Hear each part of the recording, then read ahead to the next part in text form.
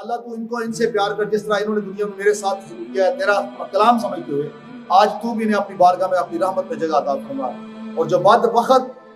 اللہ کے کلام کو جلا رہے ہیں، اللہ کے کلام کی تذلیل کرتے ہیں، بے ادبی کرتے ہیں، تو یقیناً قرآن ان کے لیے بھی اللہ کی بارگاہ میں جھگڑا کرے گا۔ یا اللہ یہ ہے وہ بد وقت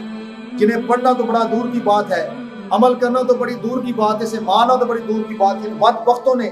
مجھے اس لیے جلایا، نہ میں ان سے روٹی مانگتا تھا، میں تو خود روٹیاں دیتا تھا انہیں،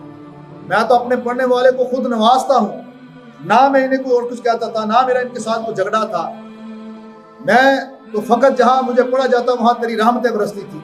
مجھ سے پیار کرنے والے پہ تیرا کرم ہو جاتا تھا۔ تو یہ بد وقت بجائے اس سے کہ مجھے تیرا کلام سمجھ کے میری عزت کرتے، احترام کرتے، ان بد وقتوں نے مجھے جلایا، میری تذلیل کی، میری جو ہے وہ توہین کی۔ اللہ جس طرح انہوں نے مجھے دنیا میں جلایا، تکلیف کی، آج تو بھی انہیں اپنے غضب میں جلا دے۔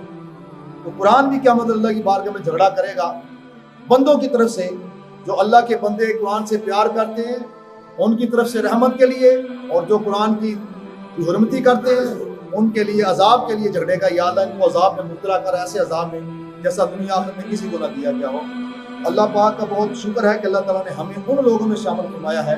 جو قرآن پاک سے پیار بھی کرتے ہیں